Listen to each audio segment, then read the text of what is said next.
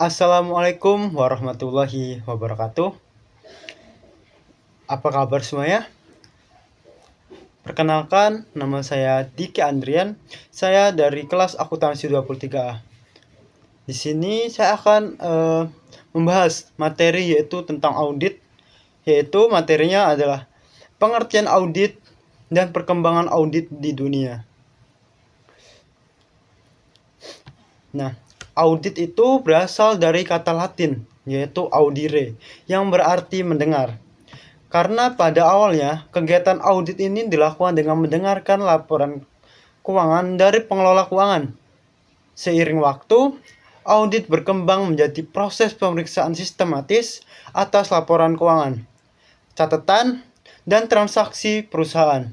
Tujuan audit sendiri yaitu adalah memberikan opini atau penilaian terhadap laporan keuangan tersebut telah disajikan secara wajar atau tidak, dan apakah sudah sesuai standar atau belum. Nah, sebelum kita memahami apa itu audit, sekarang mari kita lihat nih tujuan audit itu. Tujuan audit dilakukan yaitu untuk memberikan opini independen terhadap laporan keuangan, yang artinya auditor atau seorang yang mengaudit memberikan pandangan objektif, bukan atas dasar kepentingan pihak tertentu. Nah, selain itu, audit juga bertujuan untuk menilai perusahaan apakah sudah patuh terhadap peraturan atau belum patuh terhadap peraturan yang berlaku dan sesuai standar akuntansi. Nah, yang ketiga dan tidak kalah penting yaitu audit membantu mendeteksi kecurangan atau fraud dalam pengelolaan keuangan. Terus selanjutnya yaitu dari mana sih asal muasal audit ini? Nah, ternyata audit sudah ada sejak zaman Mesir kuno dan Romawi, di mana pemerintahan pada saat itu menggunakan pengawasan untuk memeriksa harta kerajaan. Jadi auditor itu sudah ada sejak zaman Mesir kuno dan Romawi, yaitu digunakan untuk pengawasan harta kerajaan. Nah, pada saat modern di sini, audit berkembang pesat pada abad ke-19, terutama pada revolusi industri. Ketika perusahaan-perusahaan besar mulai bermunculan dan laporan keuangan mereka harus diverifikasi dari pihak independen. Tujuannya yaitu tidak lain dan tidak bukan untuk melindungi para investor dan pemangku kepentingan lainnya. Jadi proses audit ini hasilnya yaitu para investor ini menjadi yakin terhadap perusahaan tersebut. Nah, kalau tadi kita udah melihat perkembangan audit secara global, sekarang kita mari fokus kepada Indonesia. Nah, di Indonesia sendiri, tonggak penting pertama adalah pada tahun 1957 dengan berdirinya Ikatan Akuntan Indonesia atau biasa kita sebut atau kita kenal dengan IAI, yang menjadi organisasi profesi resmi. Kemudian pada tahun 1973 dikeluarkan Standar Profesional Akuntan Publik atau biasa dikenal dengan SPAP sebagai pedoman kerja auditor.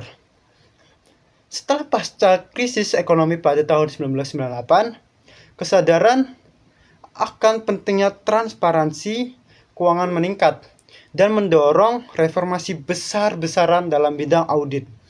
Bahkan, saat ini Indonesia sudah mulai mengadopsi standar internasional seperti International Standard on Audit atau biasa kita kenal dengan ASIA. Nah, di era sekarang yang serba digital ini, di dunia audit juga ikut bertransformasi. Audit tidak lagi hanya mengandalkan pemeriksaan manual, tetapi juga menggunakan software seperti ACL dan IDEA untuk mempermudah proses pemeriksaan data. Bahkan kini kita mengenal audit berbasis data atau data analisis atau data analitik. di mana analisis dilakukan secara tepat, cepat terhadap data dalam jumlah besar. Tentu saja ini membuka peluang besar sekaligus tantangan baru, karena si auditor harus beradaptasi dengan teknologi yang terus berkembang. Jadi auditor ini harus sering belajar tentang teknologi yang sedang digunakan pada dunia audit ini. Nah, sebelum kita tutup, bisa kita simpulkan bahwa audit sangat penting dalam memastikan transparansi dan akuntabilitas laporan keuangan. Seiring dengan perkembangan zaman, audit juga mengalami banyak perubahan. Mulai dari cara kerja hingga alat pun ikut berubah. Tapi meskipun teknologi terus berkembang, peran seorang auditor tetap relevan.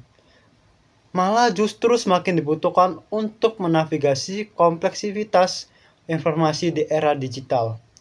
Nah, demikian materi yang saya bisa sampaikan.